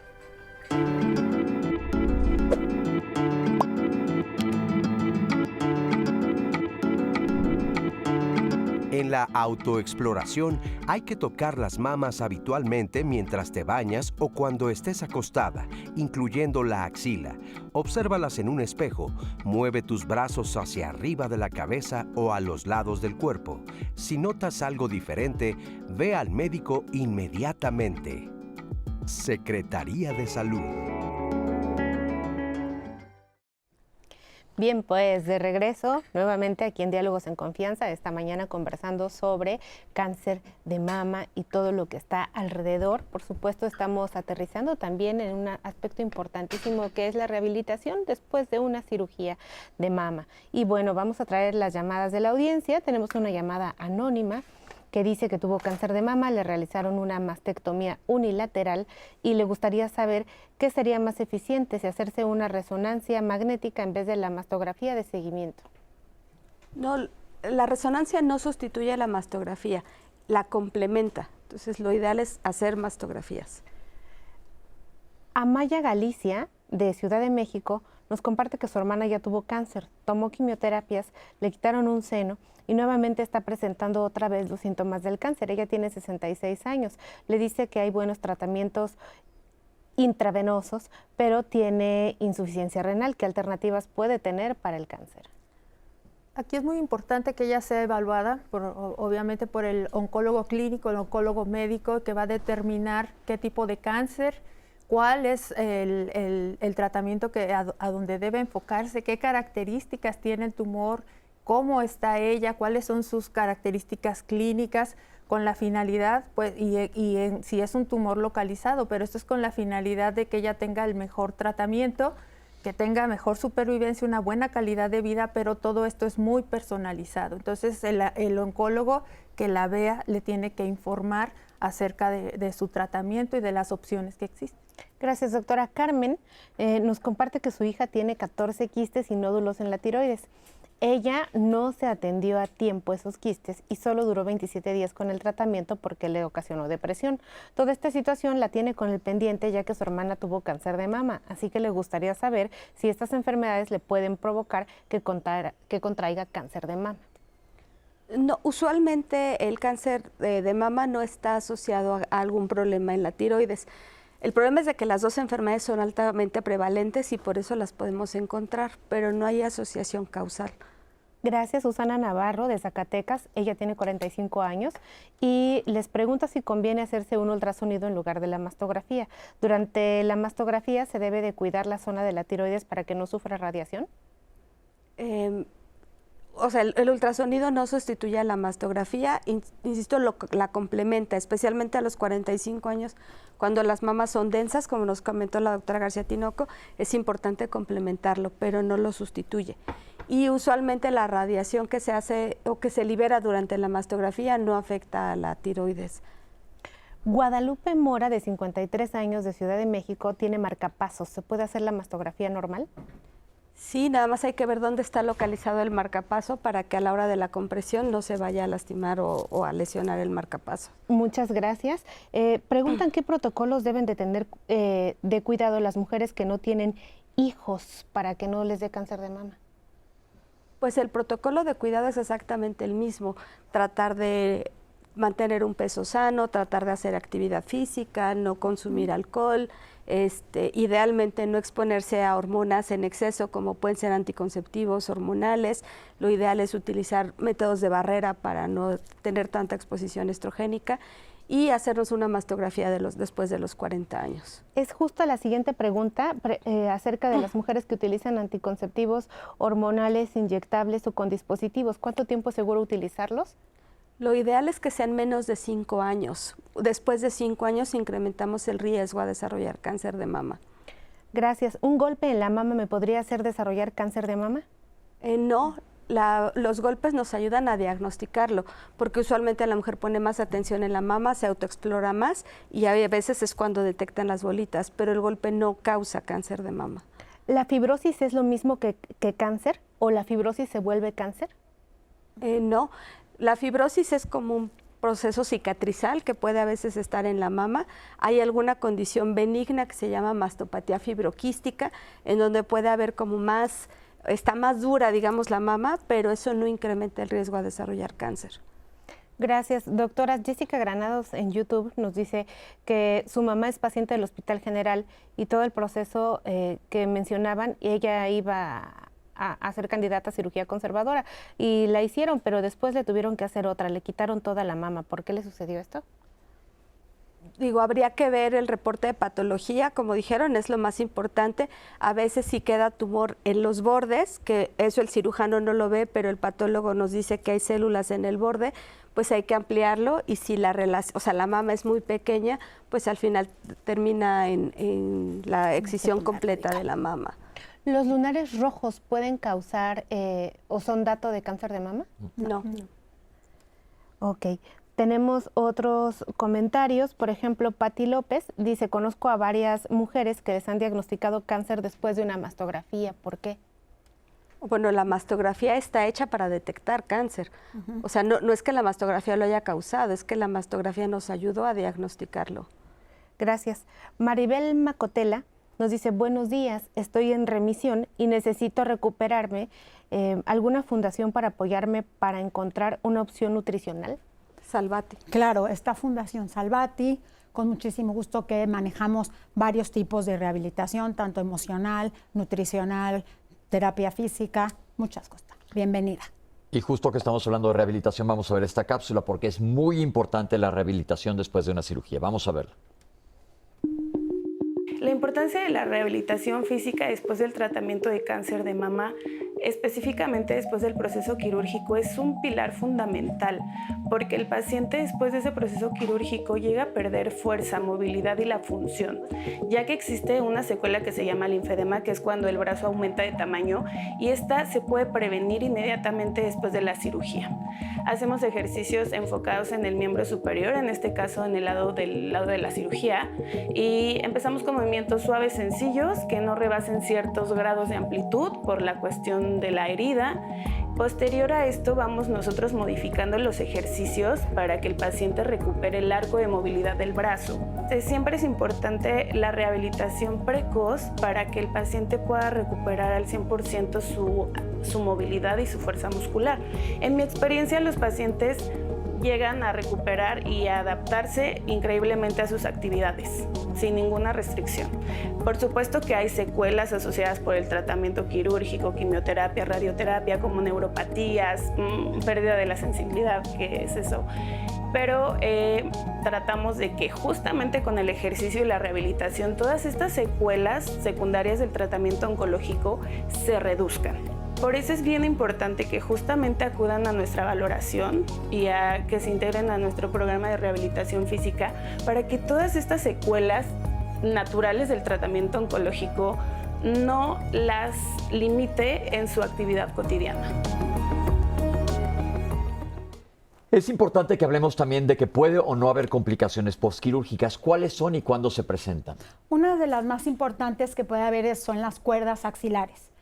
A la hora de cicatrizar toda esta manipulación quirúrgica, puede empezar a cerrar las capas de la piel y el sistema linfático, que son como muchos tubitos que van desde la punta de los dedos hasta la punta de la cabeza, que puedan quedar atorados. Entonces se forman ciertas cuerdas que limitan el movimiento. Ok, entonces limitación de movimiento. ¿Qué es linfedema? Linfedema es la restricción o la disminución del transporte del líquido linfático a través de esos tubitos que estuvimos hablando. Entonces pensemos, yo voy en mi coche, voy por el viaducto, hay mucho tráfico, pero de repente se cae un puente en el viaducto, los coches ya no pueden pasar por ahí, tienen que buscar por otro lado, entonces va a congestionar la zona de alrededor de tráfico. Lo mismo pasa si estos tubitos, como nos acaban de comentar, están bloqueados, se va a hinchar la persona. Edema e hinchazón es lo mismo. Hinchazón en decir que se está llenando de líquido. Sí, hay un tráfico ahí, exactamente. O no solamente se atoraron, sino a lo mejor retiraron cierto número de ganglios y ahí es donde se enaltece todo esto. Es como si vamos al banco y hay 7 cajas, pero nada más está abierta una. A todo el mundo nos ha pasado esto. ¿Qué pasa si nada más hay una caja funcionando? La cola del banco se hace peor. Igual pasa, si quitan los ganglios, las garitas por donde pasan el líquido linfático no están actualizadas todas. Entonces se puede hinchar el brazo. ¿Cómo se maneja esto? Se maneja con terapia manual, se maneja de manera también preventiva. Hay que recordar que no solamente se quita el ganglio centinela, sino si salen los bordes positivos, se sigue quitando más ganglios, esas líneas ganglionares, y entonces lo que tenemos que hacer es prevenir. Medicina preventiva, siempre. Entonces lo que vamos a hacer es acudir a un especialista en rehabilitación del linfático que conozca perfectamente bien. Sí, los demás fisios saben muchísimas cosas de movimiento, de rehabilitación, pero deben de acudir a un rehabilitador especial. Esto es muy importante, porque como dices, fisioterapia, muchos vamos a fisioterapia, tenemos una contractura muscular, me operaron de la cadera, etcétera. Pero el linfedema lo tiene que manejar alguien especializado en esto es muy importante. Esta hinchazón que aparece, ¿qué tan frecuente es esta aparición del linfedema? Sí, pues aquí dependerá mucho de la técnica quirúrgica y de hecho por eso es que se ha buscado, últimamente pues las cirugías son menos cruentas, menos radicales, se busca incidir solamente sobre el ganglio centinela para evitar esa disección tan enorme que se hacía muchas veces y que incrementaba el riesgo del linfedema a más de un 50%. Actualmente, pues estas técnicas reducen ese riesgo y eso es lo que ayuda a que también el paciente pues tenga menos proporción, pero sí es importante que sea tratado por un especialista. Otra de las características también y que vemos muy frecuente es la neuropatía que se asocia también. ¿Qué es eso? Una neuropatía es cuando se dañan los nervios y que pueden ser o que originan la sensibilidad. y la paciente puede quedar posterior, no sé, a lo mejor alguna mastectomía y una cirugía de axila, puede quedar con daño neurológico que pueda condicionar, ya sea que no sienta o que sienta piquetitos, que sea un hormigueo, hasta un dolor. Entonces, todas estas complicaciones que se dan posterior a una cirugía, con cirugías menos radicales, pues tienen menos propensión, pero sí tienen que ser atendidas para que la paciente tenga una adecuada calidad de vida, ¿no? Fíjate que en la rehabilitación también tratamos muchísimo esas alteraciones de sensibilidad, además de que también tratamos el movimiento, capsulitis adhesiva, que es cuando el hombro ya no se puede mover, se congela, ¿no? Así decimos, que está congelado, que ya no lo puedes mover. Exactamente, se queda como tieso. Además de todos los secuelas y los efectos secundarios de los otros tratamientos. Por ejemplo, la fatiga, muy importante, las pacientes quedan súper cansadas. Hay que activar este sistema y hay que volver a hacer que este metabolismo se reactive para que tengan energía y los tratamientos oncológicos sean eficientes. Ok, muy importante. Entonces, pero fíjense lo que voy a regresar y van a decir que soy muy repetitivo. Una cirugía radical quiere decir que es una cirugía grande. Y hablaron de que se tratan de hacer lo mínimo invasivas ahora. Pero si te diagnostican muy tempranamente, también va a ser un tratamiento mucho menos invasivo. Entonces, aquí en Diálogos te volvemos a invitar a que te vayas a checar, porque lo principal aquí es detectar a tiempo. Y mientras más pequeño sea el tumor, el beneficio en cuanto a tratamiento. ¿Qué hay de la rehabilitación en la cabeza? La cabeza está pegada a todo el resto del organismo. Sí, justo a mí me gustaría hacer mención de esto, ¿no? Con relación a todo el tratamiento, o sea, incluso desde el momento en el que se hace el diagnóstico, así como la rehabilitación física tendría que ser desde entonces, creo que también el acompañamiento psiquiátrico psicológico. Aquí yo los quiero invitar también a que empecemos a quitar el estigma, o sea, porque antes la psiquiatría y la psicología era para las personas, perdón por el término porque está mal empleado, pero se creía que estábamos locos, ¿no? La verdad es que no es así, o sea, siempre el acompañamiento va a ser mucho más efectivo que el tratamiento, que nos apeguemos al tratamiento, que el tratamiento funcione, que a lo mejor tengamos menos resistencia a acudir cuando tengamos que acudir, a que nos apeguemos mejor, a que a lo mejor al llegar a una cirugía o parcial o radical, ¿no? Sea más fácil también de asumir, de afrontar. Yo también los invitaría a que pensemos que no somos las únicas personas que estamos pasando por esto. Muchas veces sentirnos acompañados, y en muchos hospitales ya hay grupos como de acompañamiento, hace más fácil transitar este proceso que puede ser muy doloroso y muy tener mucho impacto como en lo físico, ¿no? O sea, para la rehabilitación física, también el acompañamiento y el tema mental es muy importante para que podamos tener un impacto más positivo en los resultados, ¿no? Y por otro lado, ya posterior a las cirugías y a los tratamientos, en el tema de rehabilitación, seguir, esa sería mi sugerencia, en este tratamiento. Quizá necesitamos algún fármaco si somos esa persona de 4 que nos dio depresión por estar en una condición de este tipo. Entonces, apegarnos al tratamiento, ¿no? Generalmente los tratamientos pueden ser también muy benignos y muy buenos, o sea, como para que también nosotros mejoremos en general la salud mental y eso impacte otra vez positivamente en el resto de nuestra rehabilitación y de la salud. Y pensar que no estamos solas y que es más fácil acompañarnos o estar en una red, con una red de apoyo fuerte, que conozca del tema, que no tiene que ser necesariamente un tabú y callarnos porque qué van a pensar, que el cáncer de mama no afecta mi feminidad, ni va a afectar mi estado, mi reproducción o mi sexualidad si llevo el acompañamiento necesario desde el principio. Y en dicho caso hay otras opciones, o sea, saber que no estoy sola y que no me voy a quedar disfuncional, digamos, en el tema sexual o en mi feminidad, porque eso también creo que puede mermar mucho los tratamientos. La fantasía de que voy a dejar de ser una mujer completa o de que mi figura va a ser muy distinta.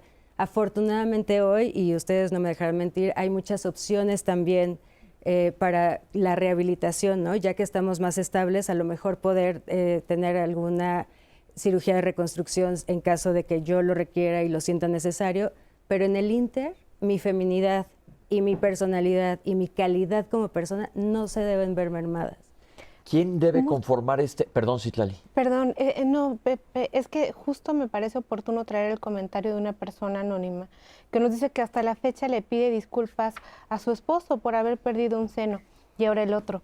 Se siente mal por no tenerlo para él, pero al mismo tiempo pues está conforme por haberse quitado el otro. Se siente bien. Eso creo que es algo que todavía hoy nos acompaña a muchas mujeres y yo las invito y los invito porque esta es una cuestión de género y creo que es algo social también que merma incluso esta primera pregunta, ¿no? en el programa de por qué no nos acercamos a la prevención, por qué no buscamos el tamizaje, ¿no? Cuando estoy en una edad o poder estar en una etapa temprana. Creo que esto tiene muchísimo que ver, o sea, el miedo a justo perder mi feminidad, dejarle de gustar a mi pareja, o si no tengo pareja, no poder encontrar a alguien porque dejo de ser mujer. Eso es en la fantasía. Pero la verdad es que nosotros somos nosotros por nosotros mismos, o sea, no por el cuerpo que tenemos, ¿no? Y esto, o sea, yo me gustaría hacer énfasis porque yo sé que es difícil, porque en el inconsciente colectivo traemos eso, ¿no? O sea, pensamos que los caracteres sexuales secundarios nos hacen hombres y mujeres nada más, y la verdad es que no, o sea, la sexualidad es todo, ¿no? O sea, desde cómo nos comportamos con los demás, cómo nos relacionamos con los otros, qué les estamos enseñando a nuestro medio también.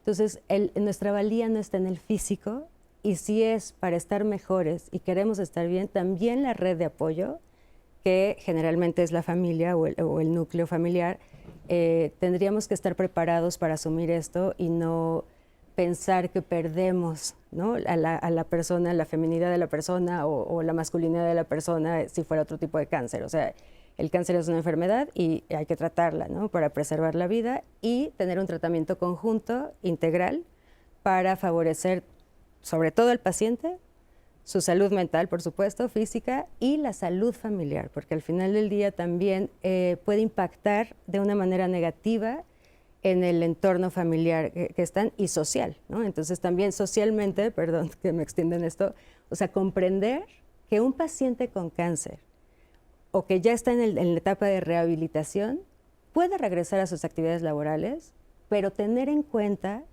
que a lo mejor no va a estar al 100% porque el tratamiento, si bien ya lo tomó, no quiere decir que ya está del otro lado o que es el mismo que fue antes de. O sea, ser tolerantes porque esa persona tiene la capacidad de regresar a trabajar, pero a lo mejor con ciertas cosas que requiere ahorita en tiempos, por ejemplo, para la rehabilitación o para sus terapias o para el seguimiento, ¿no? O sea, los tiempos no pueden ser los mismos, pero no quiere decir que no tiene la capacidad de regresar. Y eso es bien importante también para la funcionalidad y la salud mental. ¿Cómo debe de estar conformado este equipo multidisciplinario de un paciente? Ojo, hombres también nos puede dar cáncer de mama, ¿eh? Es muy bajo el porcentaje, pero existe, más para que lo sepan. Un equipo multidisciplinario. Bueno, nosotros como equipo multidisciplinario también tomamos en cuenta primero los servicios oncológicos. Oncología médica, oncología quirúrgica o gineconcología, que son los encargados. Explicarles a los pacientes es el quien te va a dar el tratamiento médico, ya sea quimio, radio, inmunoterapia, etcétera, el que te va a operar. El radiooncólogo, que es el que se encarga de ver los tratamientos de la radioterapia, pero además tenemos especialidades que vamos a necesitar de apoyo, ¿no? Psiquiatría, psiconcología, rehabilitación, rayos X. Todo es un cuidados conjunto. paliativos. Sí, exacto. Genética, cuidados efectivamente. paliativos, nutrición. Y parte de la piedra angular también va a un patólogo, porque si no tengo quien me haga el diagnóstico, todo lo que voy a ofrecer. Pero me refiero a la paciente, porque la paciente que nos está escuchando ahorita puede decir, híjole, voy a tener que tener ya todas esas citas. No. Esto se refiere al equipo que muchos están tras bambalinas. Es decir, tú no vas a ver al patólogo factiblemente, pero el patólogo sí va a ver tu tejido y el patólogo es el que determina qué tipo de tumor y qué áreas, hasta qué tan lejos va ese tumor. Pero sí es importante que tú como paciente visites, obviamente, a tu cirujano, probablemente sigas muy en contacto con tu ginecólogo, que ese es el primer contacto, a tu oncólogo y que incluyas rehabilitación desde antes y terapia para acá arriba. Importantísimo. Citlali, ¿qué nos dice la gente? Mira, a propósito, Vero Barrios en YouTube nos dice cómo se llama el especialista que puede tratar el linfedema y esta condición, ¿se cura o no se cura? El linfedema tiene varios procesos y varias etapas. Si se encuentra en un proceso temprano, es reversible, muy temprano. Por eso la importancia de estarse checando. Pero si ya está presentado el linfedema, no se cura, pero se controla muy bien. Pero ¿quién es? ¿Cómo? La pregunta. El especialista es un especialista en sistema linfático, por ejemplo, un rehabilitador oncológico. Gracias, doctora. Mago Soriano, gracias por este programa. En su caso, pues nos comparte que le hicieron una mastectomía en el IMSS y no hay trabajo interdisciplinario. Ella acudió a rehabilitación al DIF, ahí le ayudaron mucho en psicología y en psiquiatría, y sí pide que ojalá que se pueda ampliar más este tema multidisciplinario.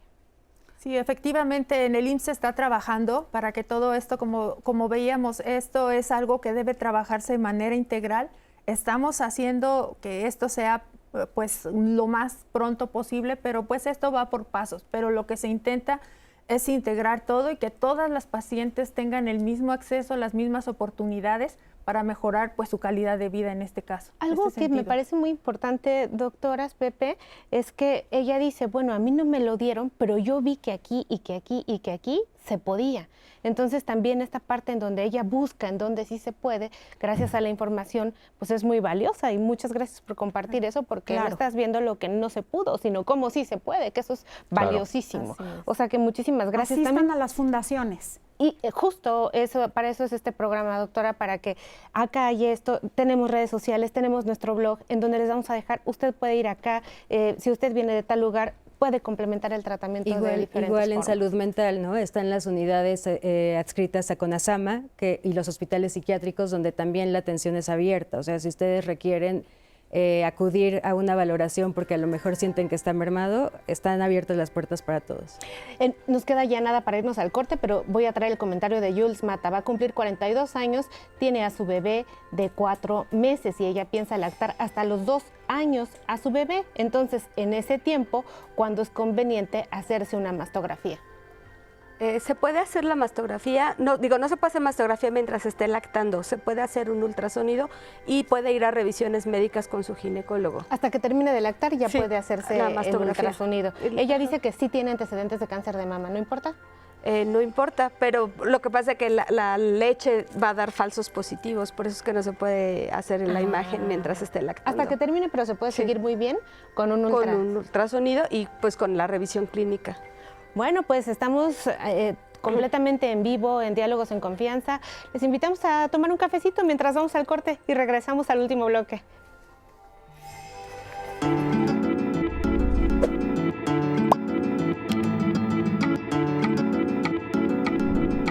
La educación sobre el cáncer de mama debe ser dirigida a las mujeres para sensibilizar la importancia de conocer las características normales de su organismo. Organización Mundial de la Salud.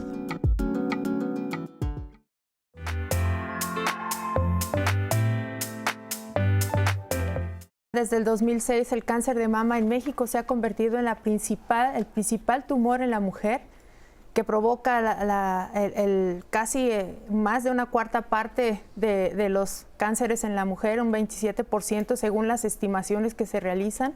Cada vez hay estrategias que tratan de implementarse para una detección oportuna y también disminuir los factores de riesgo, pero seguimos luchando para que esto pueda ser cada vez mediante políticas públicas, pues una enfermedad que se detecte cada vez más a tiempo y eliminar esos factores de riesgo. El cáncer de mama, lo ideal en el mundo, lo que se recomienda es hacer un tamizaje, es decir, diagnosticar el cáncer antes de que haya síntomas. Lo que se recomienda para hacer ese tamizaje es una mastografía que debemos de hacernos de forma anual a partir de los 40 años. El reto es de que a veces no hay mastógrafos suficientes en el país. El segundo es de que no hay radiólogos especialistas en mama que nos puedan ayudar a leer de esas mastografías y que uno tenga la certeza de que si nos están diciendo que una mastografía es normal, pues yo esté tranquila sabiendo que realmente mi exploración es normal. El otro reto es que no hay un lugar en donde la paciente pueda acudir si es que la mastografía es anormal. El resultado de una mastografía normal está acompañado de estudios complementarios, una resonancia magnética o un ultrasonido y una biopsia. Pero si yo no tengo identificado a dónde tengo que acudir para hacerme esa biopsia, pues ahí hay retrasos en el diagnóstico y ese es algo donde tenemos que acortar esa brecha. Finalmente, el último reto es que a pesar de que la mastografía está recomendada a partir de los 40 años, hay mujeres que pueden padecer cáncer desde antes de los 40 y en donde las estrategias de detección no son hasta ahorita las mejores. Lo que recomienda la Organización Mundial de la Salud es que cuando tenemos tantos retos en el tamizaje, lo ideal entonces es enfocarnos a hacer un diagnóstico temprano, para que cuando yo me toque una bolita, en menos de 30 días tenga el diagnóstico y en menos de esos 30 días yo ya pueda empezar el tratamiento que requiero, ya sea cirugía, quimioterapia o lo que sea, para poder acortar justamente la probabilidad de que yo muera por esa enfermedad. Pero el miedo a enfrentarnos a eso creo que tiene mucho que ver también como en poder atendernos o poder acudir a las valoraciones o darle seguimiento, ¿no? La rehabilitación más bien es prehabilitación. Debe de iniciar desde que se empiece el tamizaje, desde que hay un antecedente en casa.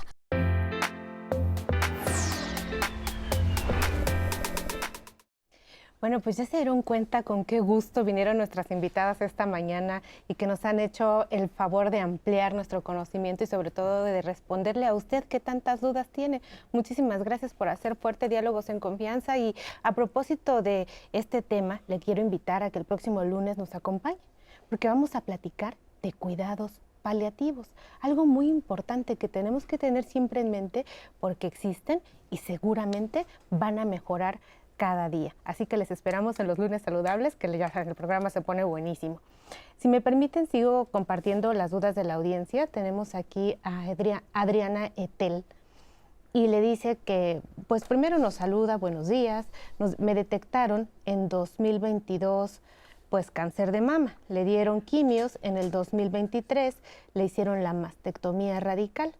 Gracias a la vida no creó linfedema, está bien y se siente bien gracias al ejercicio que hago o que hace, pero hizo metástasis y se fue hasta la columna. Le gustaría saber qué temas sobre qué tipo de ejercicio puede hacer para evitar las lesiones en columna lumbar. Claro, el linfedema es una patología que ya no va a tener regreso una vez que se detonó. Entonces, lo que podemos hacer es que venga una evaluación y ver exactamente cómo está su columna, cómo está comprometido el sistema óseo, y de ahí podemos empezar a hacer muchos ejercicios de estiramiento, miembro superior, miembro inferior, y por supuesto también cuidar su miembro superior con una manga de compresión para que no se siga detonando el linfedema. Muchas gracias, doctora. Tenemos otra llamada anónima que nos dice que le acaban de detectar cáncer de mama a su esposa en el IMSS. Nos comparte toda su experiencia y yo quisiera resumírselas a ustedes en este último bloque, pues porque fue a nivel institucional, la querían operar, fue a una consulta con la doctora, su última evaluación, la doctora le comentó que necesitaban nombre y apellido para saber qué era lo que procedía, pero le volvieron a pedir otra mastografía, entonces la refirieron a otro centro de salud más grande, pero se lo agendaron hasta enero. O sea, dice que las citas a nivel institucional están siendo muy prolongadas. Entonces, pues es muy frustrante porque dice, pues bueno, están diciendo que tiene cáncer, que le tengo que decir apellido, pero pues, ¿qué hago? Que se acerque a una fundación. A lo mejor te pueden apoyar ahí, pero no te esperes. Si tienes cáncer, trátate lo antes posible. Eso es importantísimo. Ese es el mensaje. ¿Estamos de acuerdo? Claro que sí. Y ahí, por ejemplo, en la institución, pues sí, acercarse probablemente a las autoridades, al director, para que explique su caso. Digo, esto no debería de suceder. Esto es algo prioritario siempre ante una sospecha diagnóstica. Como ya se mencionó, los tiempos son muy importantes. Entonces, muchas veces quizá vamos a la puerta equivocada, solicitamos con un asistente, pero quien tiene que resolver son las autoridades del hospital que nos den una cita prioritaria para la evaluación. Muchas gracias. Tenemos aquí también a Ofe Acevedo. Mire, yo pensé que Ofe ya no nos iba a escribir hoy. ¿Qué alternativas tengo en cáncer terminal y qué protocolos se siguen? Bueno, alternativas hay varias. Lo ideal es que vaya siempre acompañado de alguien experto en cuidados paliativos. Cuidados paliativos, si bien se creó como los cuidados al final de la vida, también la idea es incorporar cuidados paliativos de forma más temprana para que nos ayuden al manejo de los efectos secundarios de los tratamientos. Entonces, junto con alguien de psicología o psiquiatría, el doctor de cuidados paliativos y el oncólogo médico, definir en qué momento cesa el esfuerzo terapéutico y en qué momento justamente queda solamente con cuidados de soporte. También la participación de rehabilitación es sumamente importante en cuidados paliativos, sobre todo para menguar el dolor, la falta de movimiento, el edema y todo en lo que nos podemos encargar. Igual en el tema de salud mental, la recomendación es que tenga acompañamiento para empezar a trabajar como esta etapa que puede ser muy complicada en cuanto a duelos, a resolución de problemas o a resolver como temas que a lo mejor estén atorados, que no permitan como también avanzar en esto y que muchas veces el estrés o la ansiedad pueden exacerbar los síntomas de dolor o menguar a lo mejor el tratamiento. La sugerencia es que lleven ese acompañamiento y quizá también acompañarse de cuidados tanatológicos. Muchas gracias, doctora.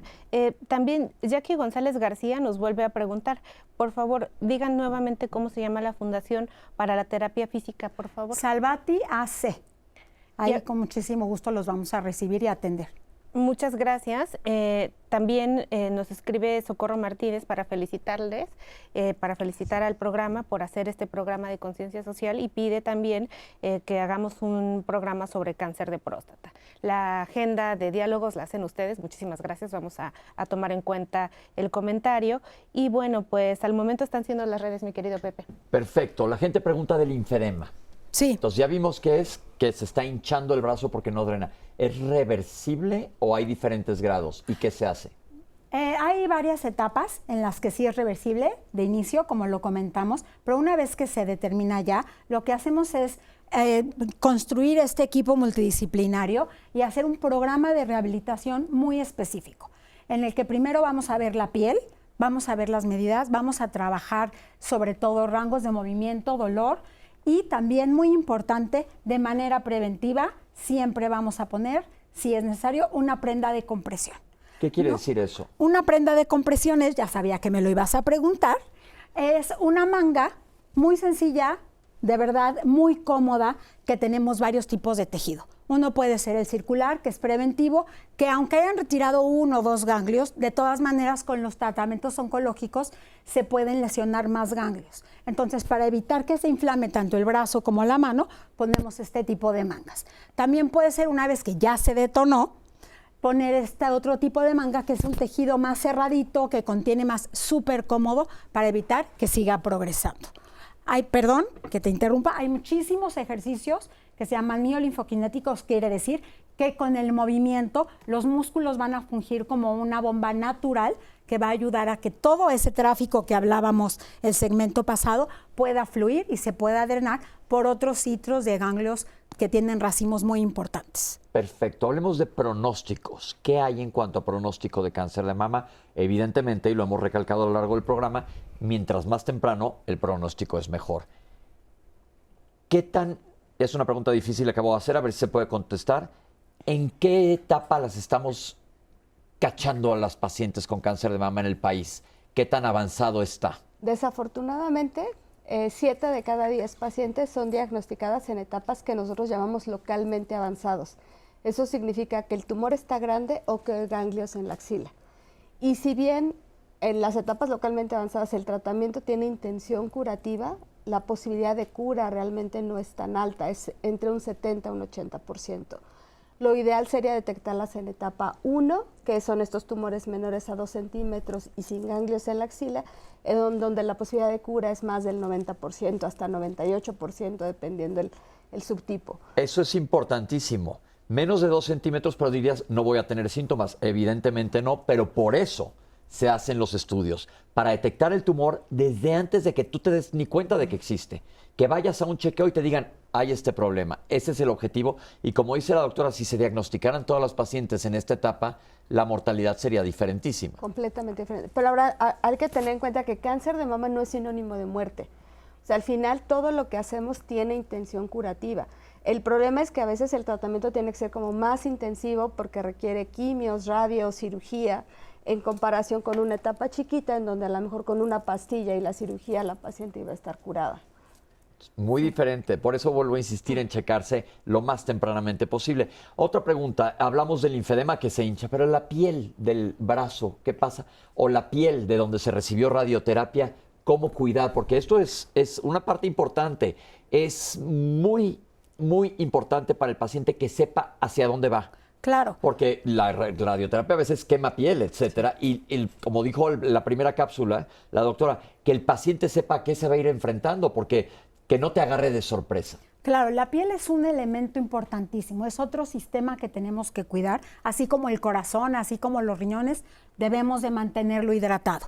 Entonces, por ejemplo, si van a tomar radioterapia, lo más importante es previamente ponerse la crema que indique el médico para que todos estos tejidos blandos, tanto la piel, músculos, tendones, se mantenga a una elasticidad completa, para que además el tratamiento sea eficiente. Hay una posición específica para la radio que si se congela el hombro o ya no se mueve, no se puede lograr. Entonces es importante que vayan a rehabilitación para lograrla. Además de que el linfedema siempre va a empezar a haber cambios. La piel nos va a hablar a nosotros, a los fisios, a los médicos, y nos va a indicar si hay reincidencia, por ejemplo, de cáncer.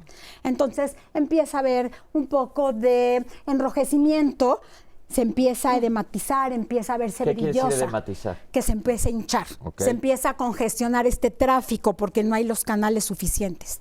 Entonces se empieza a ver brillosa y ahí es cuando definitivamente tenemos que acudir con un especialista. Perfecto. En cuanto a hombres, no hay que dejarlos fuera del programa. Los hombres no nos hacemos mastografía. ¿Cómo estar pendientes? Bueno, aquí algo muy importante, si bien la población en los hombres de cáncer de mama es el 1%, realmente sí podemos considerar ciertos factores que pueden hacernos pensar, ¿no? Por ejemplo, estas alteraciones o mutaciones en los genes de BRCA 1 y 2, si alguien ya sabe que viene o proviene de una familia donde hay esas mutaciones, puede ser un factor de riesgo. A ver, ahí me voy a detener, porque quien nos está viendo va a decir, ¿cómo sé y cómo averiguo eso? Quien nos está viendo, estamos tratando de hacer esto lo más aterrizado para alguien que lo esté viendo en casa y diga, ¿qué es eso y cómo le hago? Sí, en cáncer de mama sabemos que, por ejemplo, pueden existir ciertas circunstancias que nos hagan pensar en eso. Familiares de primer grado que tengan cáncer de mama o cáncer de ovario, ¿no? Incluso cáncer de próstata a más temprana edad o que se asocien a algunos otros tipos de cánceres. Esto es muy importante y como ya comentaba la doctora, la genética o la valoración genética y que se asocia también con el equipo multidisciplinario es fundamental. En este tipo de pacientes pues hay que buscar intencionadamente hacer esta evaluación, este seguimiento, porque ellos si son portadores de estas mutaciones pues pueden tener una propensión al cáncer de mama. Entonces, antes de que se asusten, hombres y mujeres que tengan un par de familiares con cáncer de mama en la familia, sería importante que vayan con un genetista. Con un genetista, sobre todo si se asocia cánceres a edad temprana, cánceres a algunos subgrupos. Sabemos que, por ejemplo, en estas mutaciones muchas veces se asocian pues a edades más tempranas de inicio. Y bueno, también las situaciones del tamizaje son diferentes y son más enfocadas en este grupo que sí es muy pequeño, pero que allí puede estar. Ok, de todas maneras, si eres hombre, chécate, tócate. Si ves que algo está creciendo, seguramente te pedirán un ultrasonido. Hay otra patología que se llama ginecomastia, no es necesariamente un tumor, pero eso ya te lo quitamos de las manos y se lo dejamos en manos del médico que lo cheque. Ok, ¿algún otro comentario? Nos quedan algunos minutos y quisiera que cada una desde su trinchera nos dijera ¿qué quieren que se quede el paciente? A mí me gustaría... La población, no el paciente, no tienen que ser pacientes, sino nuestro público. Así es. A mí me gustaría invitarlos a que se cuiden, ¿no? O sea, y parte del cuidado o del autocuidado es acudir a estos tamizajes con la información que acabamos de tener. Yo sé que puede ser complicado y que nos puede dar miedo enfrentarnos a esto por el resultado que podamos encontrar, pero recuerden que esto es prioritario para evitar complicaciones después, tanto físicas como familiares, emocionales y la vida misma. Entonces, no estamos solos, porque hombres y mujeres igual pueden padecer este tipo de cáncer, y hay muchas asociaciones o muchos grupos de ayuda también donde es más fácil transitar este padecimiento en caso de tenerlo o acercarnos si es que algún familiar lo tiene, porque también los miedos pueden ser muy intensos y a lo mejor no nos dejan tomar buenas decisiones de estar cerca de alguien o tener el padecimiento. Entonces, no estamos solos, hay muchas cosas que podemos hacer para mejorar este transitar, para que sea más fácil también el apego al tratamiento, para que lo vivamos con menos miedo, menos angustia o menos tristeza, y para que el impacto sea menos negativo en el entorno y tanto en la funcionalidad también, que comprendamos que son duelos parciales, pero que podemos recuperar. Entonces, también las instancias de salud de la CONASAMA están abiertas para atender al que quiera acudir, si es que requieren algún tipo de atención extra, o si quieren saber más sobre el tema o atender la salud mental referente a estos temas, adelante, porque ahí los especialistas pues los estamos esperando y estamos dispuestos a estar para ustedes. Desde el punto de vista de rehabilitación. Desde el punto de vista de rehabilitación y Fundación Salva-Ti le apostamos a la medicina preventiva, que es el futuro. Definitivamente prevenir es ganar. Entonces, los invitamos también a que se chequen, a estar al pendiente y que sepan que la rehabilitación es para todos. No solamente es mover un brazo, no solamente somos una mama, no solamente somos una pierna, sino somos un sistema biopsicosocial y tenemos que enfrentarlo juntos. Entonces, además de calidad de vida y rehabilitación, apostemos todos a la medicina preventiva. Que eso es muy importante y lo hemos dicho muchas veces aquí en Diálogos. La medicina preventiva gana siempre, siempre, siempre, siempre. Lo que pasa es que como no es tan medible, pero si tú detectas algo a tiempo, apenas está empezando, tu futuro va a ser totalmente diferente. Les doy la palabra. Sí, así es. Se mencionaba hace unos momentos que pues las etapas localmente avanzadas son las que predominan en el instituto en los últimos años. Afortunadamente, y gracias a estas estrategias de tamizaje, hemos visto cómo hay una disminución de esas etapas localmente avanzadas y ahorita tenemos más pacientes diagnosticadas en etapas 1 y 2, que eso es fundamental para tener mejor pronóstico. Entonces, los programas que tiene el IMSS, chécate. Desde los 20 años, hacer tu autoexploración mamaria, conócete, ve cómo son tus mamas ante cualquier cambio. Puedes tú también tener ese dato de alerta para acudir a los servicios de la salud. A partir de los 25 años, acudir a una cita anual para valoración clínica por personal especialista que te va a hacer una exploración y en caso necesario pues te enviará. Y a partir de los 40 años realízate tu mastografía de manera anual. Esto es muy importante. Tienes que asistir con tu médico. Bueno, también la relación médico-paciente es fundamental y es gran parte del éxito, como veíamos en la salud tanto física como en la salud mental. Entonces creo que son puntos muy importantes que hay que tomar en cuenta. Pues creo que muchas cosas ya se dijeron. Lo más importante es prevenir y solamente podemos prevenir con una mastografía. Pero eso es más que prevenir. Digo, si yo ya tengo la carga genética, ya voy a desarrollar cáncer. Lo que sí puedo hacer para evitar que me dé cáncer son conductas saludables. Hacer ejercicio, y ejercicio es idealmente 1 hora diaria, al menos 5 días a la semana. Lo ideal es comer sano. Y el comer sano es comer frutas, verduras, de todo.